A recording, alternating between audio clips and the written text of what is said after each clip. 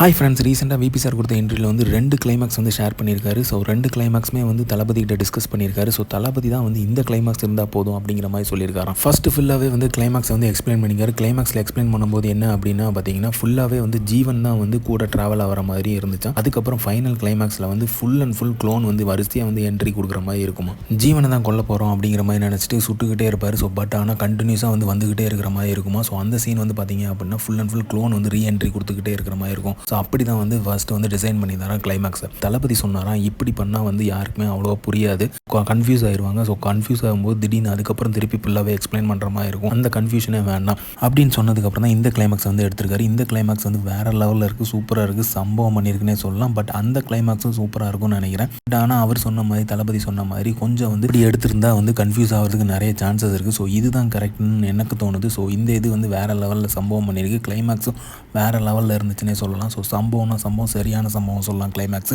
ஒட்டுமொத்த தியேட்டருமே வந்து அதிரி புதிரியாக வந்து வேறு லெவலில் ரெஸ்பான்ஸ் இருந்துச்சு. அது அலறிச்சுனே சொல்லலாம். அந்த அளவு கிளைமாக்ஸ் வந்து பக்காவான கிளைமாக்ஸ். ஸோ அந்த கிளைமாக்ஸ் வந்து இந்த மாதிரி 2 விதமாக சூஸ் பண்ணது வந்து வேறு விஷயம். அதுவும் ஜீவனோட வில்லனிசம் வந்து வேறு லெவலில் பேசப்பட்டிருக்கு.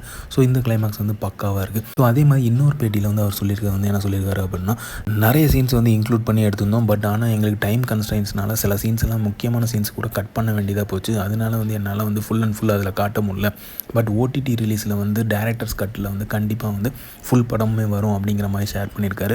ஃபுல் படம் ஓடிடி ட்ரெய்லரில் ரன் டைம் பார்த்தீங்க அப்படின்னா 3 hours 40 minutes அப்படிங்கிற மாதிரி சொல்லியிருக்காரு. ஒரு பக்காவான கமர்ஷியல் என்டர்டெய்னர். ஸோ 3 hours வந்து போனதே தெரில. ஸோ டைம் லேக் ஆனதே தெரில அப்படிங்கிற மாதிரி சொல்லலாம். ஸோ அந்தளவுக்கு அந்த என்டர்டைன்மெண்ட்டாக எல்லாருமே ரசித்து பார்த்தாங்க படத்தை. ஸோ 3 hoursனே சொல்ல முடியாது. மொத்தத்தில் வந்து கிளைமாக்ஸ், எந்த கிளைமாக்ஸ் இருந்தாலுமே 2 கிளைமாக்ஸுமே சூப்பராக தான் இருக்குது. ஸோ வேறு லெவலில் கோட் வந்து சம்பவம் பண்ணியிருக்கே சொல்லலாம். இந்த மாதிரி தளபதியும் பற்றின அப்படி தெரிஞ்சுக்க லைக் பண்ணுங்கள், ஷேர் பண்ணுங்கள், ஃபிலிமா சேனல் சப்ஸ்கிரைப் பண்ணுங்கள். தேங்க்யூ.